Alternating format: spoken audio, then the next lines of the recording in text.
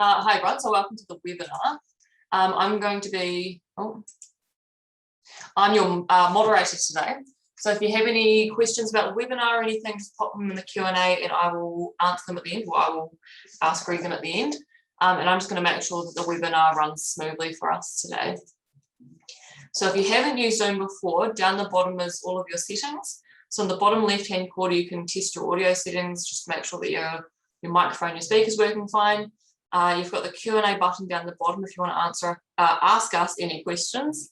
And if you need to leave during the meeting, there's the bottom right-hand corner for the leave meeting.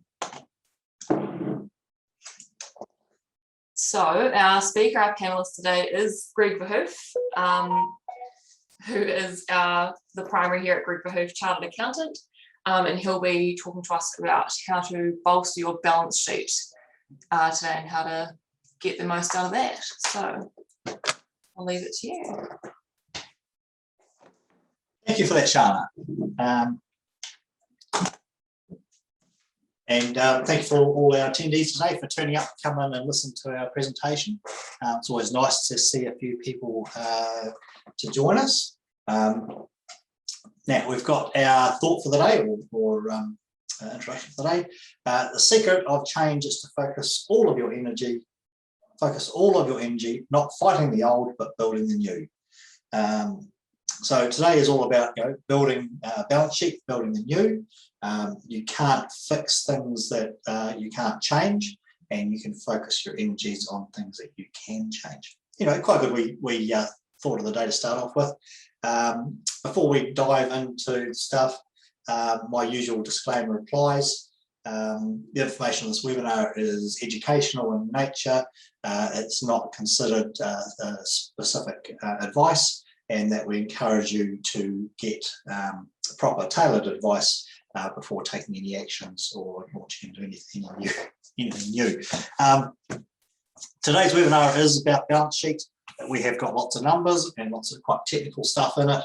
So bear with me while I have 2 or 3 screens open here and my notes in front of me. So I'm trying to keep track of where we are and keep my notes in tune with what we're talking about. So here's our agenda for the next 35 to 40 minutes. It's only about a 40-minute presentation. We're going to talk about the balance sheet, look at what the balance sheet tells us and how the story evolves out of our balance sheet. Some practical strategies to help make your balance sheet stronger. Some areas that you might focus on. We're going to talk a bit about maximising your business value, because the business value actually comes from your balance sheet as well as your turnover. Best practice for everyday business, and some steps that you can take, how we might be able to help, and finish off with some questions and answers. We don't have any questions yet, but if you need to ask a question, just jot it in the question box and we'll deal with that at the end. All right. Okay. So balance sheets. So profitable businesses can go broke. Strange as it might seem, but your balance sheet is effectively tracks the reserves and what the cash position of the company or business is, and you can grow too fast and run out of cash, or you can lose money and run out of cash. You can have a whole lot of money tied up in stock, a whole lot of money tied up in people that aren't paying you. You can have debtors that go bad because you're carrying too much accounts receivable on the balance sheet. So even though your business might be profitable, it can still struggle, and that's where our balance sheet sort of helps us identify some of those things. Revenue is vanity. Sales are great, but it's all about the margin and the profits that you're making on that. So profit is sanity, and cash is reality. Cash is king, and cash is what we're trying to generate in our business, so we can pay ourselves and take dividends and pay back debt and all those good things that you can do with cash. Solvency, the asset test of survival. If your business is insolvent, then it's going to struggle. If it is solvent, and you've got more assets than debt, then you've got reserves to play with. And it's always good to catch a business that might be struggling while it's still solvent, rather than one that's struggling and is also insolvent. That's really hard to recover from. We're going to talk a bit about personal spending in this and cover current accounts. It's one of the leading causes of business problems where the owners are just taking too much money out of the business. So your personal spending is important as far as keeping a healthy balance sheet. And strong balance sheets help weather storms. When the economic outlook changes, we had that shutdown last year, which luckily was compensated by and large by the government with handouts. But sometimes businesses don't get government handouts. Sometimes the economy turns down. Sometimes just your business struggles. And if you've got reserves, then you can get by. You've got time to adapt and change and figure out your way through. If you're running with no reserves and then things change, often you don't have much time to change things. The other good thing about a strong balance sheet is having reserves actually provides for opportunity. If you've got some good cash levels of cash reserves in the business or ability to borrow in the business, and an opportunity comes along either to merge with someone else or buy someone else's business or buy an asset that's going to generate more revenue or some other profitable business opportunity, having those reserves on hand means you can move quickly and take up those opportunities reasonably quick. All right, so what does the balance sheet tell us? The balance sheet measures our net worth of the business at a particular point of time. So it's not like our profit loss, which is how much money we've made over a period of time, which is can be a year, a month, a week, or a day. Our balance sheet is a line in the sand, and as of that date and time, what was the position of our company? We list out all our assets, cash in the bank, all our money owed to us, our stock on hand, and we list out all our liabilities, all our bank loans we've got to pay, the trade bills we've got to pay, finance agreements, hire purchase, everything else we've got to pay, and we balance up between the assets and the liabilities, and we see what position it is as of that particular date. So if our assets are bigger than our liabilities, then that's great, it means we're solvent. If our liabilities, we've got more debt, we owe people more money than what we have, then we're insolvent, and that leads to problems reasonably quickly. Comparison between periods, it's nice to know exactly where we sit as of that date of time, but normally we do a balance sheet, we'll do a balance sheet plus a comparative, and it might be one comparative or two comparatives, so we can see trends. We're looking at how things are progressing over the months or years. Is our loan coming down? Are our cash in the bank going up? Is our assets going up, going down? So seeing some trend of things helps us understand what's going on in there as well. Useful for tracking the strength of a business. Good strong balance sheet. We look at things like the total overall balance sheet, assets versus liabilities, but also our current assets, current cash. We see our current bills to pay for current strength, this ability to pay our bills next month and each month going on. There are lots of ratios we can do on balance sheets. We're going to cover a few of them today, and this will give some really technical numbers. And it's those ratios can be used as key performance indicators, and again compared against periods, or we can look at how we might change something in our business and how that will affect the ratio or how that will affect our balance sheet position. Very good. So we have a imaginary company here. This is our building company, and we're going to work through some numbers in their balance sheet. And we're going to start off with the equity. So equity can sometimes be on a separate page as your movements in equity, or it can be at the bottom of your balance sheet. Just depends on the formatting being used for that particular business.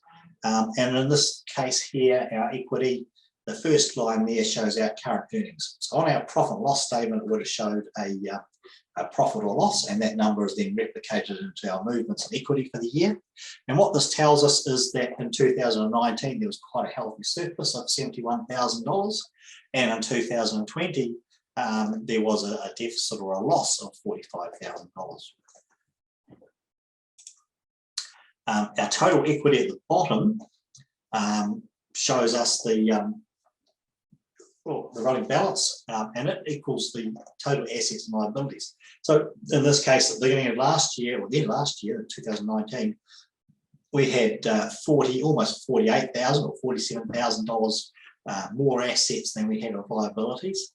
And as of the end of 31 March 2020, that's come down to only $2,000, mainly created by the loss. And we will see how that loss has affected our balance sheet as we dig further into our balance sheet. Right, so we'll put that aside and we're moving into our current assets. So by current, we mean things that can normally be turned into cash within the next 12 months. So cash in the bank is obviously cash that can be turned into current assets. And in this case, we had $200 last year, we've only got $11 in the bank now, so our bank balance is looking pretty thin. And we've got a tax receivable, income tax receivable figure in there, showing that there's a refund due. And as you expect, if we have a profitable year 1 year, and you just accept the default provisional regime, so you're not using the AIM provisional like we use with a lot of our clients, or you're not using doing a estimation of tax, then you can overpay your tax when the business has a bit of a downturn. So this is showing that we've got a refund due. You've got to remember the figures are only as good as the data going in. So someone actually has to calculate that tax refund and update the balance sheet for that. So with most of our clients, we do that when we do the end of year accounts. So as we're progressing through the year, the tax refund might just be the tax showing that they've paid, because we haven't actually calculated the tax liability until we get to the end of the year. So you've got to look at these things with a bit of grain of salt and interpret what's going on. All right, so chuck that one aside. And the next thing we've got here is our inventories. So stock on hand, and we can see here we're carrying a bit more stock. It's gone from 23,000 up to 57,000, which is, that means that is cash. That the stuff that was cash is now sitting in stock. So we've bought a lot more stock. We're tying up our cash into stock. On the other side of the thing, we've got our work in progress has come down from 63,000 to 15,000. So with a building company, work in progress is stuff like your jobs in progress that you haven't built out yet. So you're building up your materials and your time on the jobs, and when you bill out the job, that work in progress drops down. So in this case, this is good. We've got reduced work in progress. Maybe they start billing more frequently. And again, that previous year we had $63,000 of value that wasn't in cash. People would pay us once we billed them, but we've actually got to get those bills out and then collect the money back in to turn it into cash. Right, inventories, that's done, stuck back to the side there. And we're coming down now to our other current assets. So in here we've got a shareholders advance account, and it's gone from 34,000 to 66,000. Right, so it's sitting there as an asset because we're a company, and a company is a separate entity from us as personal people. And in this case, what this balance sheet shows, is that there's been extra $33,000 has been lent to the shareholder, and the shareholders owe the company a total of $66,000 now. So you've got to keep an eye on these things. This is not the best of things to happen. You don't want to take more money out of the company than what the company can afford to give you. It does create problems if the company does fall over and becomes liquidated. This asset, which is an asset of the company, the liquidator can go to the shareholder and demand that payment be made back to the company, and they will do that. The first thing they tend to look at as liquidator is, do the shareholders owe any money? If they do, right, let's go after them. Now, if they haven't got the cash, they'll go, have you got a house? Have you got a car? What else can you sell to pay us back? So they'll go after those assets. So yeah, ideally you keep the current account in funds, the other way around, where you actually put more money in than you've taken out. Next one is our accounts receivable. We've gone from 98,000 down to 82, which is actually good. It's like decrease in receivable, but it also could be that our trading has dropped, in which case that's why people owe us less. You see on the side here, we've got a recalculation of the numbers of days owing. So to work out our cash tied up in debtors, we work out our average daily sales, and then we divide that into our debtors to get the number of days that the money's been held up for. So this one's coming out 48 days, which is quite high. Although, you know, it can be quite a long period between, you know, sending an invoice out on the first day of the month and getting paid on the 20th of the month following. That could be, you know, sort of 50 days, but, you know, 40 days does seem a bit high. You know, and the quicker you can collect your money owed to you, the better. Again, better to have the cash in rather than having it owed to you and get it from the bank. Cash is king. All right, total current assets. We now have a total current assets there of, you can see there's 227,000 versus 219 last year. And we're now just going to look at our fixed assets. We've got a goodwill figure in there, which is probably from when the business was purchased. We've got some plant and equipment, which has gone down quite a bit. So that's either because some assets have been sold, or they could be high depreciation assets that actually depreciate really quickly. So that's quite a big drop there. So our non-current assets have dropped quite a bit. That depreciation would have been reflected in our profit and loss, and, you know, contributed to our loss for the year. Right. So we've got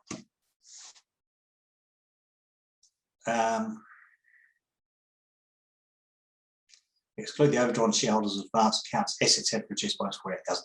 Okay, so just the shareholders' current accounts, because that's just the owners putting money in and out. Quite often, when you're interpreting balance sheets, we'll actually negate those figures or opt them out. All right. So that's all our assets. So we have $282,000 in assets. And we're now going to look at our liability side of things. So on our liability side of things, we have, first of all, we have got a Visa account, and we owe Visa $3,500. Just got to watch the credit cards that you're not paying really high interest rates. If you pay them every month, you can be interest free, but as the pressure comes on for cash flow, sometimes businesses don't pay their credit cards, and then they get whacked with those really high interest margins.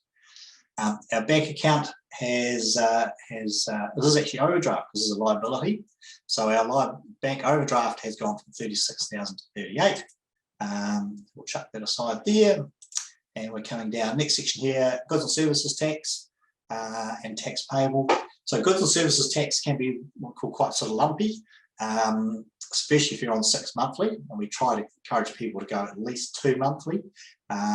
While you're making those sales, you are collecting the tax on behalf of the government. You get to claim back your purchases, but the amount that you owe the government builds up over the 2-month period, and then you pay it a month later. So there can be almost sort of 3 months worth of GST sitting in there. Matter of being aware how much that is and how much there is to pay. All right, we've got in our liabilities here, we've also got a phone loan. Good if it's interest free. If you're paying interest on it, it is at the best rate you can get. And we've also got some other accounts payable, or general accounts payable. And so they've gone from 72,000 up to 110,000, so quite a big increase there. We'd have to ask the question, are you paying all your accounts as they are due, or have you got some accounts that are getting quite overdue? That's a big jump. And we can work out the average payables day, like the receivables day, by taking our daily payables and dividing it by our average payables to get a number of days it takes to pay our bills. So in this case, it has gone up to 74 days from 47. So obviously there are some bills not being paid. Either that, or else there's been some really good terms provided by the material suppliers, and this building company is taking advantage of that and using that to help their cash flow. And I do know that last year when we went into lockdown, some of the suppliers in town, materials places, did go, hey, look, we'll give you an extra month to pay, just to help businesses through that cash flow period. All right. What's next? We've got our current liabilities here. So these are all things which in theory, going to be paid in the next 12 months. And we then move into what we call our non-current liabilities. So in this case, we've got a bank loan, and we can see here we had 98,000, and it's been refinanced into a new loan. Now it's 96,000. So our bank loan has come down a wee bit, which you expect if you're making your regular payments. So our net assets, just go back a line. So our total liabilities. So we've got our current liabilities, which we had looked at before, plus our non-current liabilities comes up to total liabilities of 280,000. And if we take that off our assets, we're left with only net assets of 2,087. All right, so in theory, as of the 31st of March, if we collected all of our assets, we collected all the money owing to us, we sold all our plant and stock for the book value, and we paid back all of our Visa, bank accounts, taxes, bank loans, we would have about $2,000 left. So this company, this example company, is sitting really thin at the moment.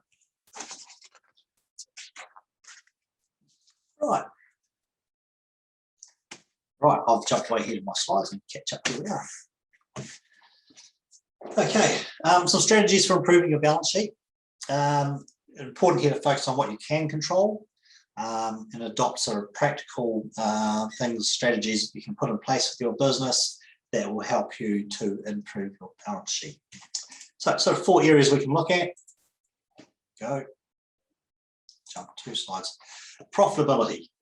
So balance sheet is their assets at the point of time, but the change from one period of time to the next point of time is our profitability. So if we want to improve our balance sheet on a whole, we have to improve our profitability, or look at ways of improving that profitability. Cash flow is the second area we can focus on. How can we collect cash quicker? How can we extend out our payment times? How can we have less cash tied up in things like plant, equipment, and stock? Solvency, making sure we're solvent, able to pay our bills as they fall due, and that we're not into that negative insolvent position. That is really quite critical to businesses if they end up insolvent. Shareholder advance accounts. So in that last example, we talked about the advance account, and we talked about how that was growing. It's sort of one of those things that you can take money out of the business. No one's going to say, if it's your business, no one's going to say that you can't. But if you take too much out, there's not enough cash left to pay the bills, then that will become problematic. And it's sometimes very difficult to budget when there's just that easy access to the company bank account, and you just need to pay this bill, and I want to buy that jet ski, and I want to, it's very hard to keep onto a budget, and that's where budgeting becomes really important. And a lot of our clients, we like to see them either it's your business, you can treat it as you like, but put yourself on the payroll, take a regular wage, create a family budget, and live on that budget, and let the business build up its reserves. Or if it's not building up reserves, then maybe you've got to trim your wage and trim your budget until such time as you get your business actually being profitable. When it does become profitable, it is making some good funds, and things are starting to build up, you've got some cash build up in the bank, and you can count through all your bills coming in, then maybe you take a bonus at that point, or pay a dividend then. But it's one of the biggest downfalls of small businesses, why they go under, is simply because the owners have a lifestyle that the business cannot afford, and they take the business down, effectively taking down the goose that lays the golden egg, and then they don't have any income either. All right.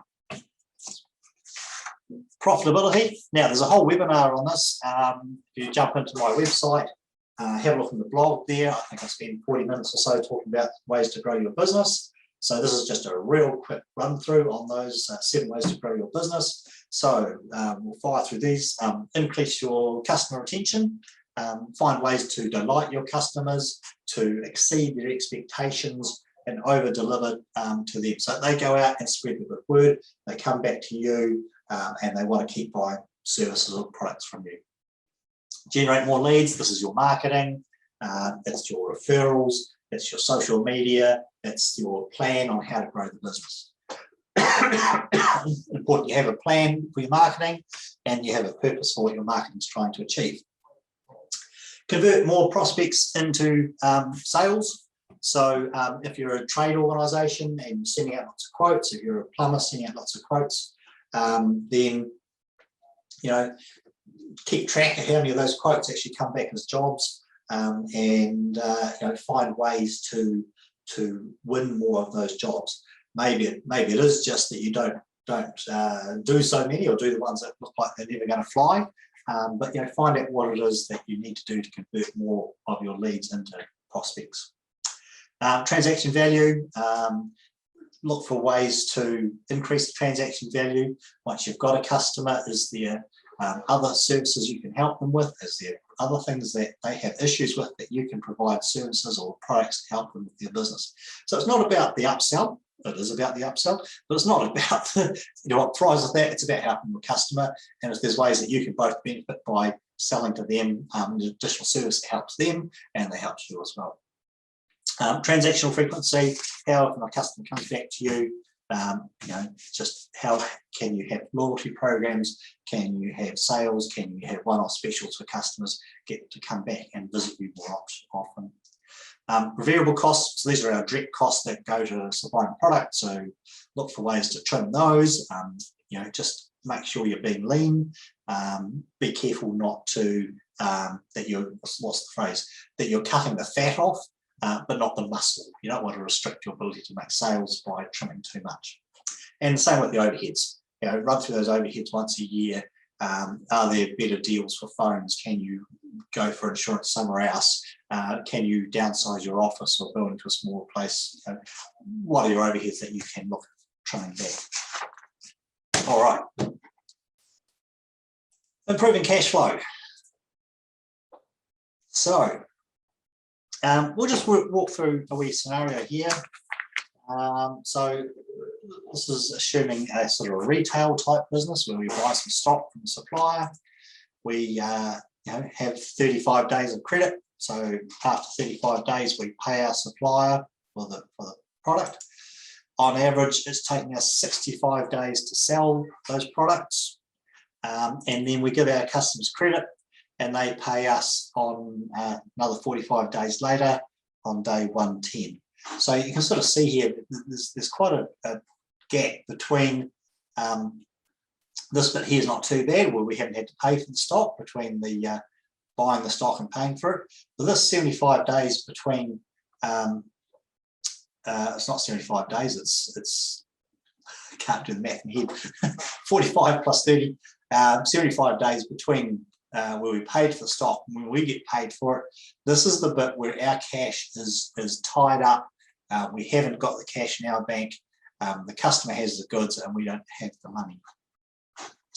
So we talk about the cash conversion cycle. So in this case here, it's 65 days, which is the time, I see the way they're working, the time from when we buy the stock to when we sell it, plus the another 45 days from there up till when we get paid, make 110 days, less the 35 days that credit that we had, giving us the 75-day calculation, which is the number I got in my head by just adding the difference in those two. All right, so we've got the cash tied up for 75 days. So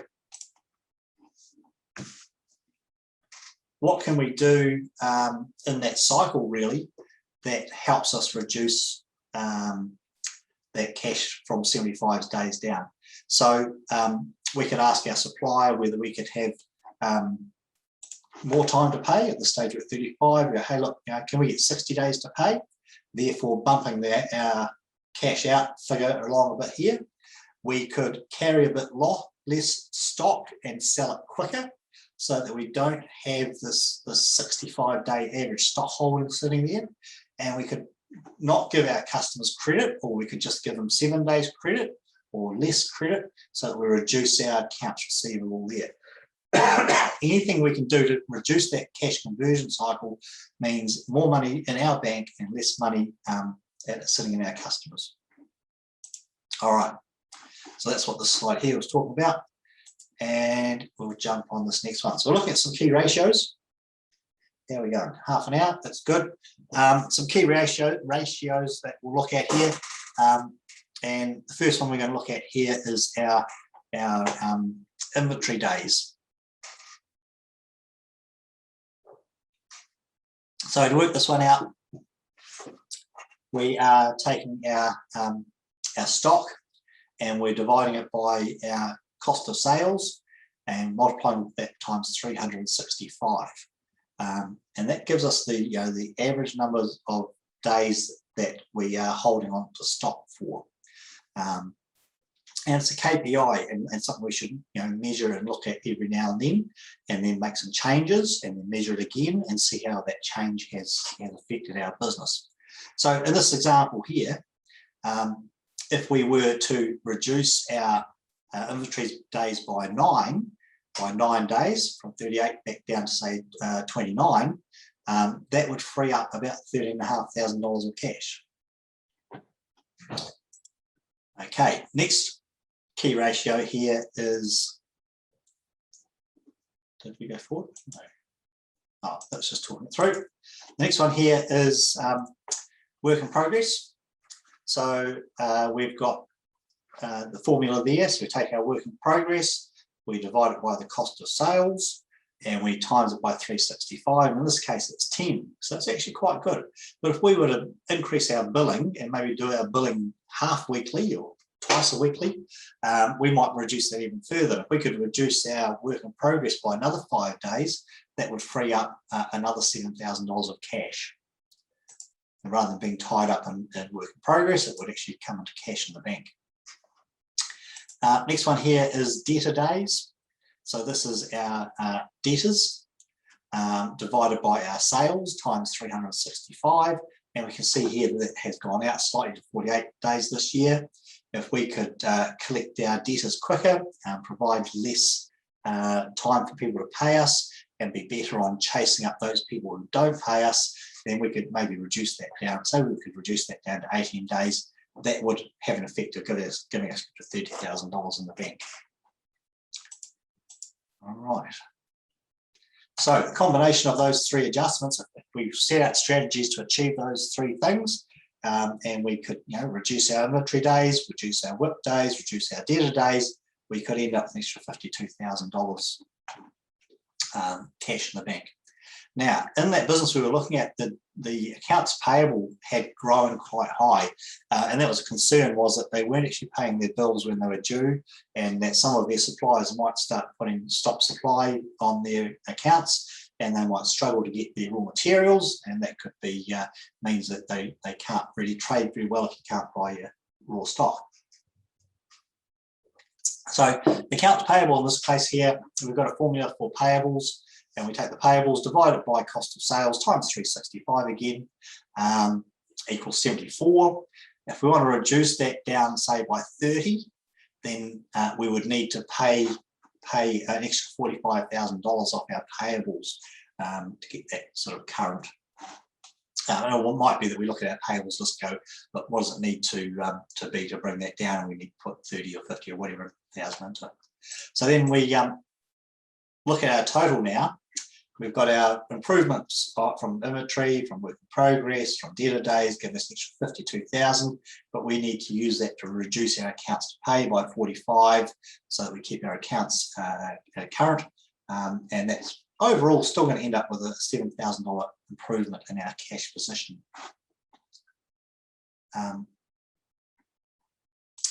Right, good. Solvency. Maintaining solvency. So solvency is an ability to pay our debts as they fall due. So with a trading business, you go and buy stuff, you put it on account, and you get 30 days or 60 days to pay that. So being solvent is making sure you've always got enough reserves or enough cash in the business to pay your bills as they fall due. And then the second test of the solvency is that our assets are greater than our liabilities.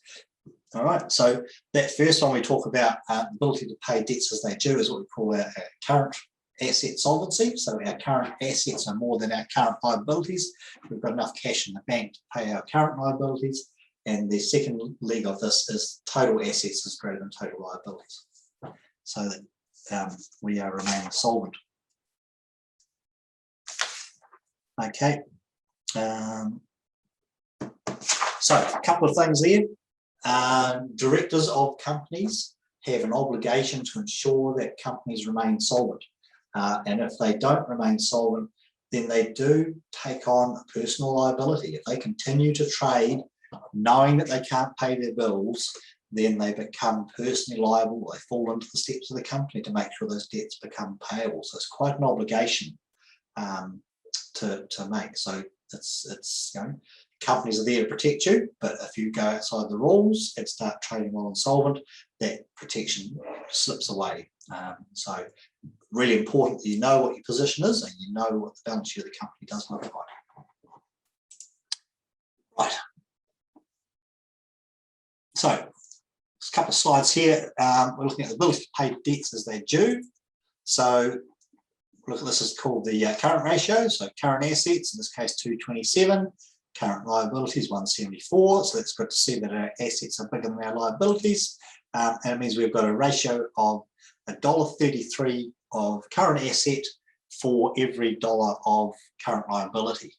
All right, so that's okay.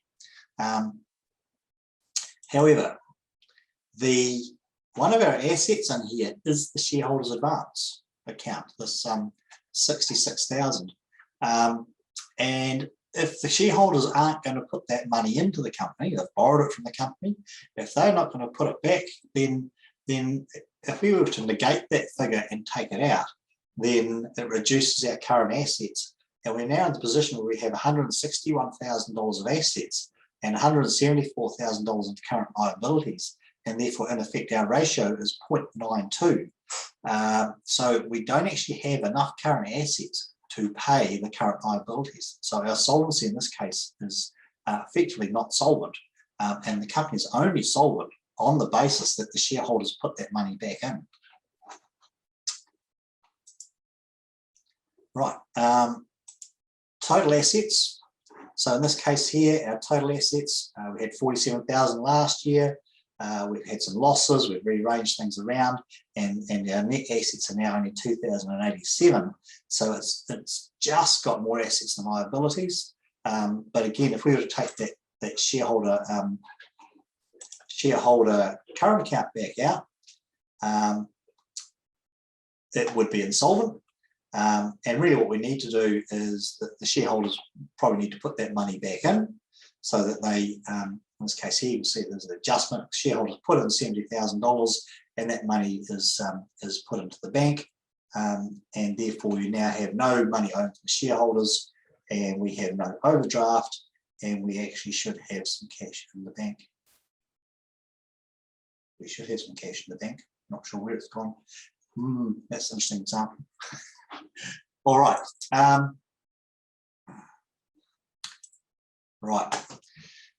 Strategy number 4, shareholders advance accounts. So we talked quite a bit about advance accounts. Avoid overdrawn balances. These are not good. Jumped ahead of my notes. No, lost my notes.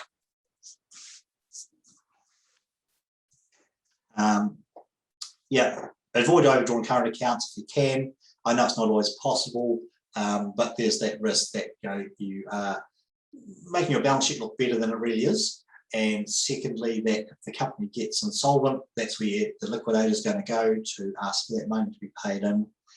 There's also a tax issue with overdrawn current accounts. You're a shareholder, a part owner in the company, you're borrowing from the company, and just like if you had a company vehicle or you have a low interest loan, that's considered a benefit. So the company has to charge you interest on that or do an FBT adjustment. So either way, you're creating more work for the accountant by having that overdrawn current account. So again, as accountants, we're trying to avoid them. No point doing more work than we have to do. And personal budgeting, keeping your personal matters affairs in order so that you're not draining on the company more than you should do is a good idea. Put yourself on a wage, pay the tax on the wage, so that you're not drawing money out of the company. And the last we note there about securing balances where possible. So when a company does get liquidated, there is, and I don't really do liquidations, but it's quite a specialist area of accounting. The liquidator goes in, winds everything up, sells all the assets, collects all the money they can from customers that owe money, sells the stock, sells the plant, puts all that in the bank, and just basically gathers as much money in as they can. They go to the shareholders and go, hey, you owe us money, get the money from the shareholders. And then there's a pecking order on how that money is then applied out.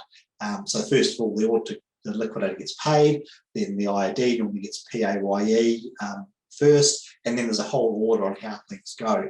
And if, like banks will have security, finance companies will have security over vehicles and stuff like that, because they have security, they get paid out ahead of everyone else. And then at the bottom, it's the unsecured creditors, the normal accounts that get paid. And then if there's anything less, there would be money paid out to the shareholders. Very rarely does it get down to shareholders. But if you are lending money into the company, or if you have, if it's not you, but maybe you've got family members that are putting money into the company, you can get your lawyer to draw that up as a secured loan, just like the banks would do. And they take security over the company, and that way, if it does all fall to pieces, they do rank a bit higher than the others. Sometimes they still don't get anything either, but it's just a way of reordering that thing. Has to be done before the funds are advanced. So yeah. All right, what can we do next? So sit there and do nothing. Well, yeah, that'll achieve nothing, of course. Put your oxygen mask on yourself first. Look after yourself first, get your own affairs in order, make sure you're looking after yourself and things. Make a plan, write it out. This is what you want to achieve, this is the steps that we're going to take, this is the strategies we are going to use, and this is how we're going to do it. A lot of business people just keep everything in their heads, but get it out onto a document. It can't just be one page or part of a business plan or part of a strategy plan or something, but just the act of getting ideas out, putting them to paper helps people to think logically about the steps they have to go through. And that's really key to running your businesses. What's the most important? What do I do? What order these things have to happen to achieve them? Focus on what you can do. Don't stress about the things you can't do. You can only do what you can only do and work from there. We're happy to help. That's what we do, is we work with lots of small business clients, everything from tradesmen through to all sorts of businesses, hospitality. We've got businesses all across Dunedin and Otago, and we get around a bit. So we love working with our clients, we like helping them, and we love nothing best than seeing us able to help them improve their business and seeing the results from that come over the future period of working with some clients. All right, a couple of things here we can do. Cash flow forecast.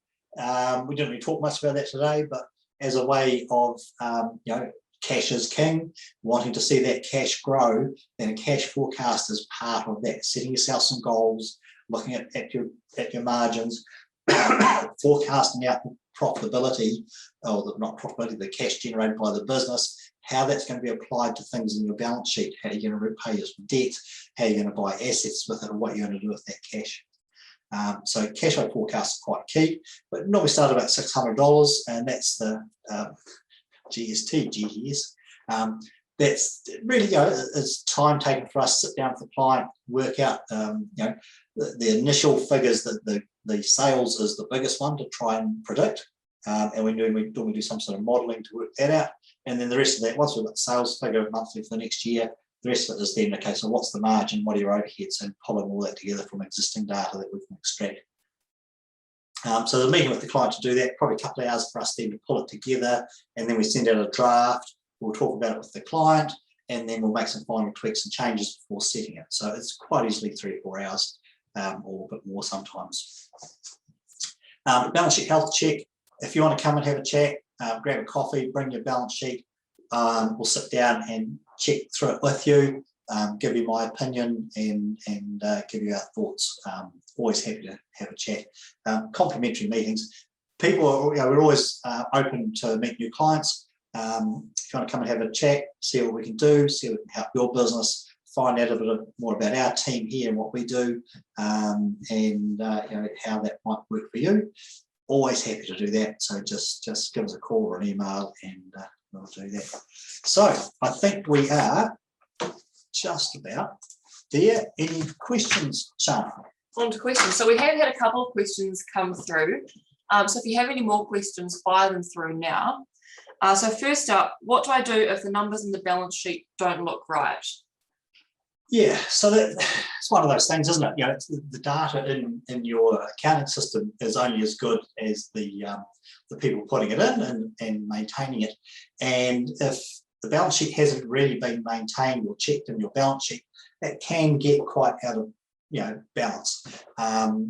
Getting better now, of course, with systems like Xero, where we're all using live data and we can all see it. But in the past, a lot of accountants used to take clients' cash books, put them into the accountant's in-house accounting system, and generate financial statements from there. And they never went back to the client and actually updated the balance sheet. So the balance sheets ended up being quite meaningless.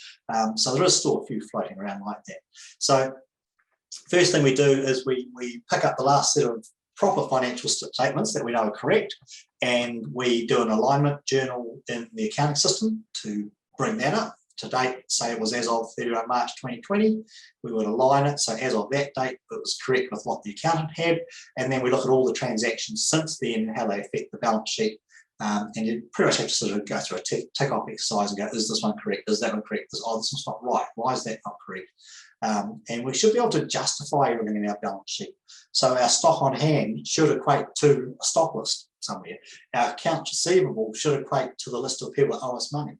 The bank loan should match up with what the bank tells us. So, and if it doesn't, that's the work involved to try and figure out what's gone wrong, recode the transactions or record the transaction actions correctly, so that those things do keep up to date as you go. Fantastic. And the other question we had was, our company is insolvent, what should we do? Yeah, so insolvency is not great, but it happens. We do see a number of clients from time to time, things have not gone right, business is insolvent, and it's a matter of being aware of your obligations. If you continue to trade while insolvent, then yes, you are becoming personally liable for those debts. If you think you can trade your way out of it and you're prepared to take that risk, then go for it. But you need to think about the risks that you're taking. And you need to have support and advice. Are there things that we can do to make it solvent? Is it because the shareholders have taken too much out and the shareholders do just need to put it in? Is the business is it just a dead duck? Is it losing money and just going to get worse and worse? In which case, maybe it's time to bite the bullet and just go, hey, this is not working. But if there's an opportunity to make it work, yeah, we're happy to help.